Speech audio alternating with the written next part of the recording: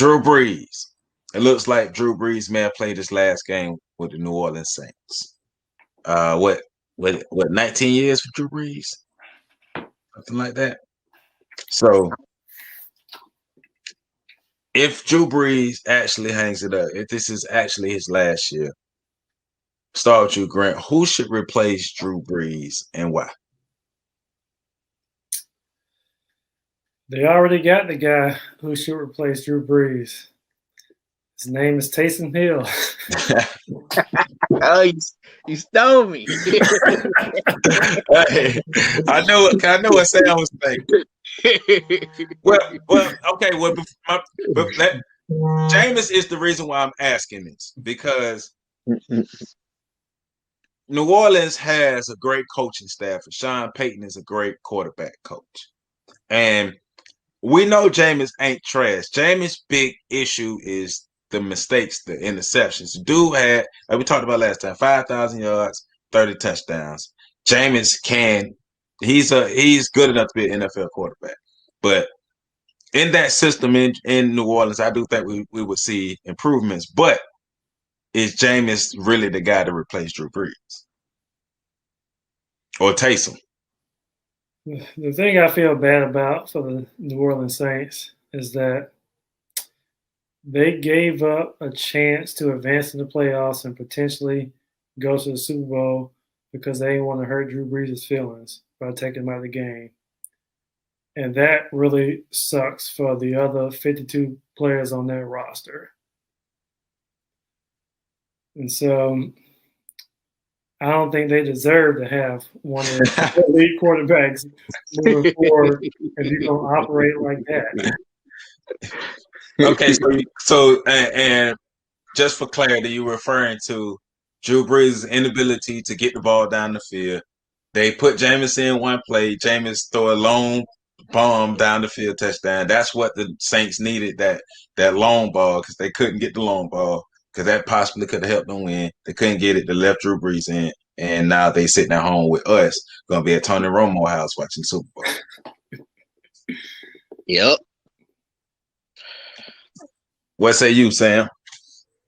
I think that they already knew that it was gonna be Jameis, and I think that's the reason that period of time that Drew Brees was out when he was injured. I think that's the reason they didn't play him, because he was under a 1-year contract. So this year he was gonna be a free agent. Now, let's say they had put him out there for those, what was it, 4 games Taysom Hill played, 4 or 5, and he balled out, right? Other teams was going to come calling, thus driving the price up. Mm-hmm.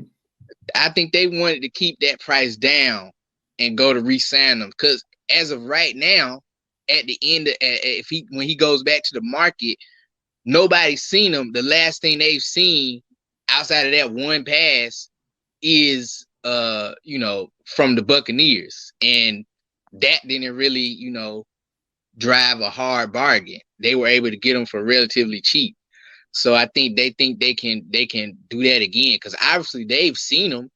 Yeah. Now time will tell. Now it won't be a good look for Jameis if free agency comes, they decide not to sign him, because they would know more about him than anybody. Right. Obviously outside of like Tampa, but if that's not the case, then that wouldn't be a good look. But I don't see why they wouldn't. I mean, to me, it seems like perfect. I mean, because like the main thing with Jameis is, like you said, throwing the ball. He got a gun. So he one of those guys. He know he got a cannon, and he gonna try to fit the ball in. He gonna try to fit it in wherever. And Sean Payton is one of these guys that he can, draw up plays where he a lot of times draw up plays would get guys wide open. Yeah. And you guys know this, watching back from 2013, Jameis a lot of times he didn't have where he was throwing the guys wide open. Even here, even at Florida State, he was throwing in the tight windows. It wasn't a lot of times where it was guys wide open. So I think it'll be interesting to see, you know, him playing with a coach that's gonna draw up these plays to get guys wide open. Yeah.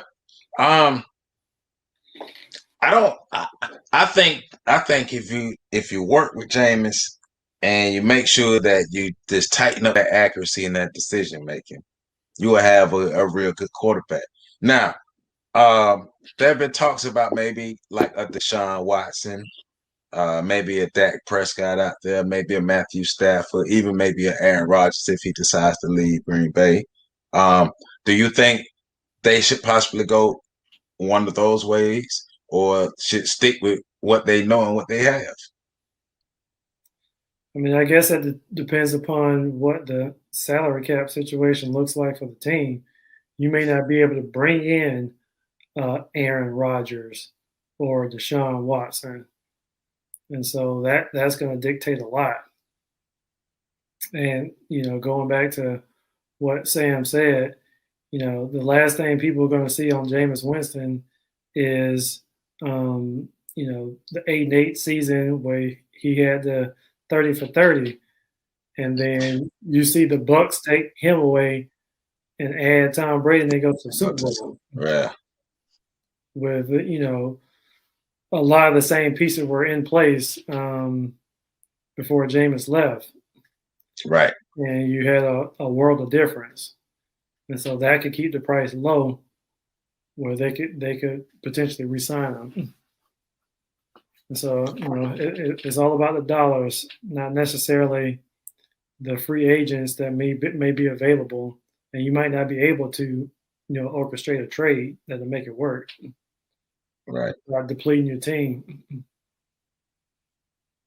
Yeah. Yeah, like Javard was saying, it's a cap issue because I think all of those guys that you mentioned, who was it? Rodgers, Watson, Matthew Stafford. Who else? Those guys still under contract. So the only way they're gonna get those guys is via trade. So that's gonna make it more difficult. So I mean, I think their best option is gonna be free agency, or you know, or if they try to, you know, draft somebody or move up in the draft. So I mean, and like I was saying before, the way they played it, the price on Jameis is still gonna be low because teams are gonna still be looking at the 2019 Jameis. Yeah.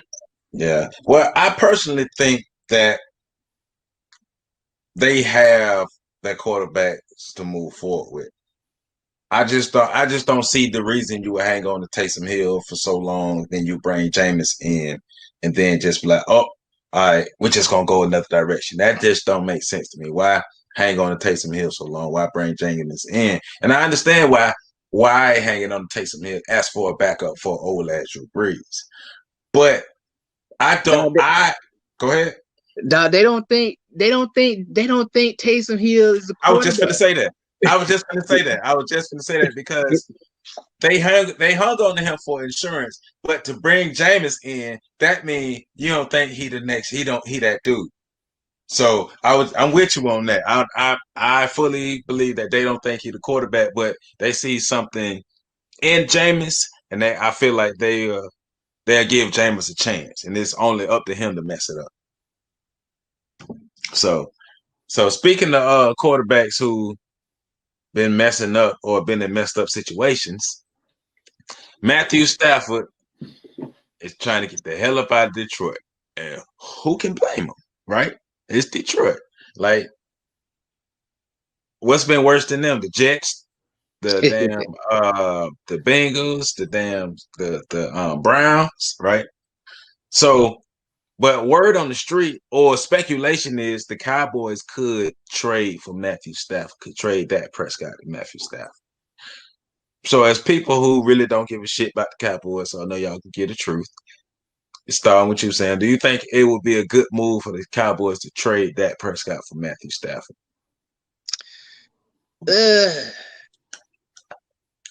I think depends on what they have to give up. I do think Stafford is an upgrade over Prescott, but that's good. If you have to give up too much, then you're gonna have him in the same situation where he was in Detroit, where he's playing great and the rest of the team is not very good. So if you're able to not give up too much, so if it's draft picks that you have to give up, I can see that. And you move into more like a win. You stay into a win now mode versus a building mode. Then I think it would be a good move. But what you don't want to do is give up any of the talent the talent you already put together on offense. Like they got Cooper, who's the other receiver? The receiver on CeeDee Lamb. Yeah, CeeDee Lamb and of course Gallup. Right, and of course Zeke. Even though he kind of regressed last year, but if you can keep that in place, I think it would be. I think it's an upgrade, not a significant upgrade, right? But an upgrade nonetheless. Right. I would say it's an upgrade only in experience because Dak ain't that far away from Matthew Stafford. But Matthew Stafford is ultra talented. But Matthew Stafford's talent does get overlooked being that he was in Detroit. So what about you, Sam? I mean, Grant, would you make that move, trade Dak for Stafford? I mean, the only way I would be trading Dak for Stafford is if I am not convinced that Dak is going to be able to return to form after this injury. And it just seems like the type of injury that he had is not an injury that can't be overcome. Right. It can't be overcome physically. It may be a mental hurdle that Dak has to get over, but it's one of those injuries that can be overcome physically. It's going to be, it's a lot of it's just going to be in his head trying to play the quarterback position.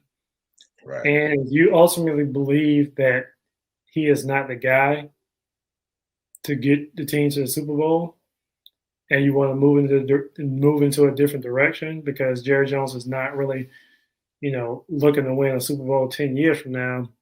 He's looking to win the Super Bowl while he's still alive. And a healthy Matthew Stafford is better than a recovering Dak Prescott. Yeah. At this moment. And the Cowboys have a lot of talent, especially on the offensive side of the ball. And Matthew Stafford is a better quarterback than probably the majority of people are giving him credit for. Detroit has just been a dysfunctional organization for a long time. Right. I mean, they fired a coach that took them to the playoffs 2 years later. So it's always a revolving door. They always have a revolving door of coaches, and they don't seem to address the problems that they need to fix their team. And when you think about their ability to not run the ball for many years, everybody they bring in gets hurt. Yeah, they were drafting running backs like a mud when none of them panning out. Yeah, none of them were panning out. And so it's just been a lot of misfortune that Matthew Stafford's had to deal with. And he kind of has been in a division with Aaron Rodgers. So you never there was never a year where there was a letdown for Green Bay only when Aaron Rodgers was hurt. Yeah. Those years that Aaron Rodgers was hurt, it wasn't like Detroit was necessarily any better situation to win anyway. Mm-hmm. So, yeah, I kind of feel bad for Matthew Stafford being that damn dog. He was stuck in Detroit for so long with that shit. Detroit just man, and Matthew Stafford stuck there. So, look, I ain't gonna lie. I kind of would like to see what that would look in Dallas. No slight to Dak. But if I'm Dak, I want to leave Dallas because the Cowboys, like there have been lesser quarterbacks who've done less. Like we talked about Sam. If Sam Bradford kept getting contracts, Sam Bradford wasn't performing like Dak has. Dak has performed. Dak earned the contracts and stuff because hell, Kirk Cousins finessed his way into some shit. Right. But I ain't mad at Kirk Kirk Cousins got an extension, Right. guaranteed contract. I ain't mad at Kirk Cousins because him and his business people, they got their stuff together. But it's just Dak Prescott should leave Dallas. Dallas has clearly shown Dak that they don't respect him. They feel like they don't need him. So Dak should leave. Right. But if Dak leave, we can't go from Dak to DiNucci or whatever the quarterback. We can't go backwards, right? But we have to get something. And even I don't know what's going on with Garoppolo, but there was talk about, maybe Deshaun Watson going to San Francisco. So Garoppolo could be out there if he doesn't end up going back to New England. But that could be something that Dallas looks at. Yes, but then as I say it, I think about, well, the 49ers got to the Super Bowl by running the ball. And when they put the ball in Garoppolo's hand, they lost. So I don't know. Yeah, man. I mean, if I'm Dak, I mean, like you said, man, they already pretty much done spit in his face and stepped on him. So I think the writing's on the wall there, as far as how they feel about him and how he probably feel about them. That's why players be holding out. What happened to Dak is exactly why players be holding out. You can't get mad at a player for holding out and making sure that they get their money, because look at Dak. Mm-hmm. Yeah, especially when your contracts aren't even guaranteed. Right, and that was Kirk Cousins. Hey man, shout out to his business team, man, because he been raping the market. So keep this ball rolling. So we won't be on here all day. Going from Dallas to Houston, there's a lot of dysfunction in Texas. Because we didn't talk about James Harden leaving, and then talk about this Dak Prescott stuff. So Deshaun Watson wants to be traded here. He's asked for a trade. Leading up to, I forgot who the Texans hired, but leading up to them hiring the new coach, the speculation was, okay, they're in the second round of interviews. Maybe they hire Eric Bieniemy. The Texans don't hire Eric Bieniemy. So was it a mistake to not hire Eric Bieniemy because he could have possibly helped to keep Deshaun Watson in town? What you say, Grant?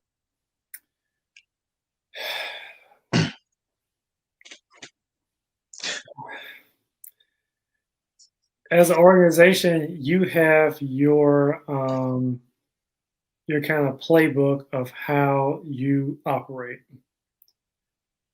And as good as Deshaun Watson is, he has not produced to the level that should determine how you should run your business.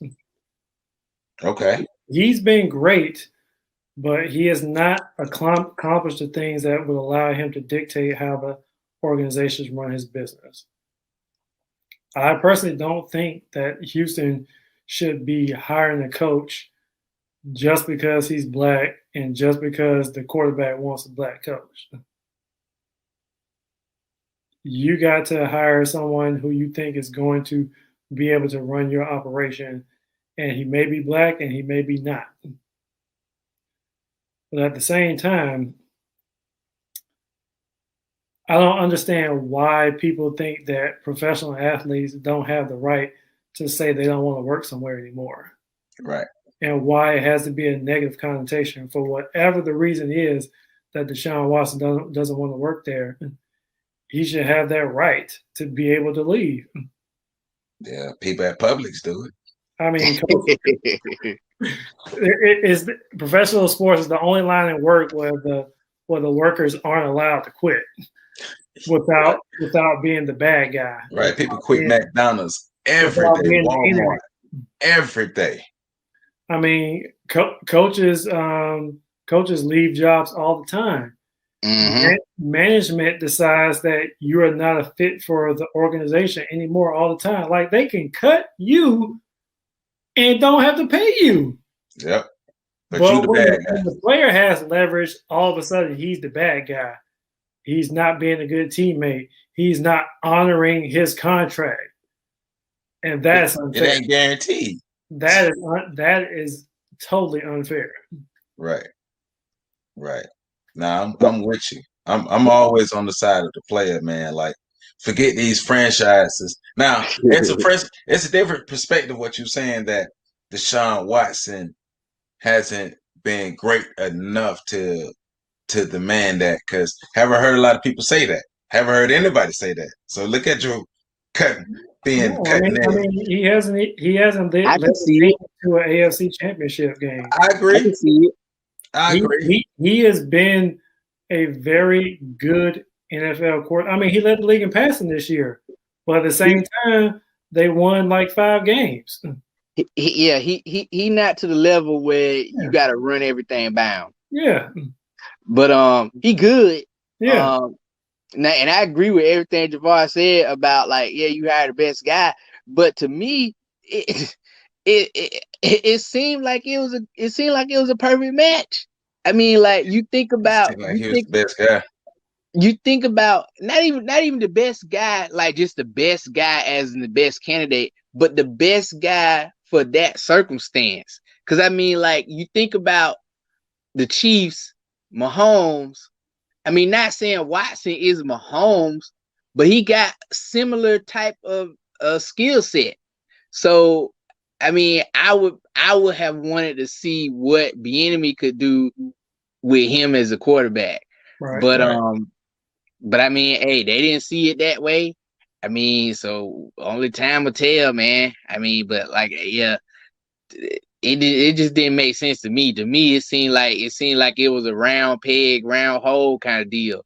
But they went for the square peg, so we're gonna see how that work out. Yeah, we definitely gonna see that. I do think it's interesting that Eric Bieniemy, one of the slights on him, like we talked about, one of the things we talked about last time, is people are saying that it's not really him, it's Andy Reid. And, all you got to do is just talk to Andy Reid and let Andy Reid tell you what's going on over there. But we do know Eric Bieniemy is bringing some extraordinary things to the table. Like, once again, they're in the Super Bowl again with that offense. But I do agree that I think Deshaun Watson should get up out of there. Hell, if he want to come to Dallas, I would welcome him. Open arms. Open arms. Come on to Dallas. We would gladly trade Dak Prescott for Deshaun Watson. Yes, that will make that happen. But I just want to see him go to a situation that's best for him, that can really bring out his talents. Because when with Dabo Sweeney, Dabo put him in a situation to really bring out his talents and really push him. And we seen Deshaun Watson step up to the plate, and hell, not to step up to the plate, but grand slam that mug. So I would like to see that. But I do agree that, just because you want it, don't mean you get it at this stage for Deshaun Watson.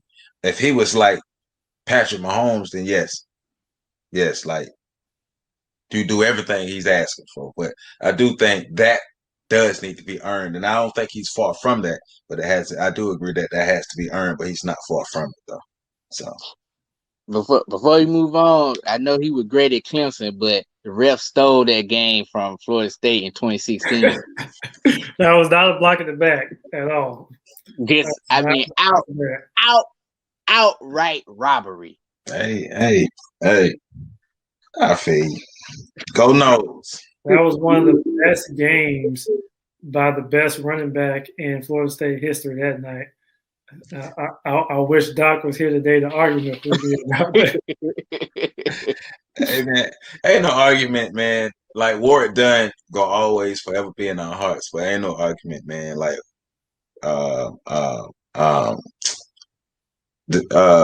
that Cook. Dalvin. Yeah, there you go. I finna call him Devon. I finna give him an R&B name. Yeah, Dalvin Cook was that man, though. He was that dude. So, Grant, I know This one gonna pull at your heartstrings. I know. But I need y'all Super Bowl predictions, man. We need to talk about who we think gonna win the Super Bowl and why, like what they bring to the table, because this is an interesting matchup. Two good offenses, one real good defense, one okay defense. Bucks having a real good defense, Chiefs having an okay defense. Chiefs offense is definitely better than the Bucks' offense, but the Bucks' defense is definitely better than the Chiefs' defense. Gonna come down to coaching, matchups, whoever can have the least penalties, the least turnovers. So start with you, Sam. Well, start with you, Graham. Go ahead and get out the way, so you won't have to suffer long. Who wins and why? The Bucks win because Tom Brady is a dream killer. Next. Into my next. Hey, I can see it. I can see it. I'm kind of leaning towards the Bucks, and I'm gonna tell you the reason is because of the injury that to Eric Fisher. I mean, that's the Bucks' greatest strength right now. Well, on defense, I should say, their greatest strength is their ability to get after the passer. Right. Shaq Barrett playing great. Jason Pierre-Paul looking like it's 2000, New York. 2007.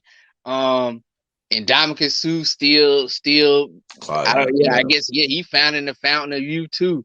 Like they just look crazy. And then Vita Vea, like he played in Green Bay. And with 2 more weeks, he'll be back. So I mean Winfield gonna be back. Yeah, they defensive line gonna be looking monstrous, and then that's their best pass protector. With him out of the game, I mean, your best shot against Kansas City is to get to Mahomes. And then what you don't want to do is have to, blitz to get to him. So if you can get to him with 4 and you can still have guys in coverage, that'll give you a chance. And I think that the Tampa Bay going to be able to do that with Fisher being out. Now that being said, I mean, shoot, you still got Mahomes, you still got to deal with Mahomes and Hill and all them. So I think Tampa Bay, but I think it's going to be a squeaker. Yeah. It's gonna be an interesting game, man. It's gonna be a very, very interesting game. I love Antoine Winfield Jr. Like he's a baller. So I do look for him to be playing in the Super Bowl. I really like the way the Bucks defense stepped up these last couple of weeks. I know their defense was a bit shaky coming like the mid to the last part of the home stretch of the season, but they tightened it up going into the playoffs. The Chiefs defense, it's okay. It's a pretty good defense. They can get the job done sometimes when need be, but the Chiefs rely heavy on their offense. Like they rely heavily on their offense. And this could be a game where the Chiefs really need their defense and their running game to step up. It could be one of those games. And like I said, I just think it's going to come down to who make the least amount of mistakes, play calling, who can cut down on the penalties. Special teams also going to be a factor. Pass protection is definitely going to be a factor because the Chiefs got they pass rushes. It's alive. It's alive. But I don't know. And it's hard for me to go against Brady. That too. It's hard to go against Brady, but Brady got a defense and Brady got weapons this time. So that's where I'm at. Yeah, it's hard to go against him. And just for the record, though, I'm still not ready to put him over Peyton. Still not. Hey, man, I mean, hey, look. We talked about being delusional earlier, so I recognize mine. So it's time for you to recognize yours. We'll call you. I'm like Doc with Ward Dunn. I don't know if it'll ever happen. We'll call you Tony Dungy Jr. Man, like I said off air, what I want to see happen is Tom Brady get benched. Blow it out. That's what I want to see. Damn dream killer. Man, Hey, man. and it's crazy because like we were talking about Jameis, like I mean I kind of adopted the Bucks. I mean I always liked them, but I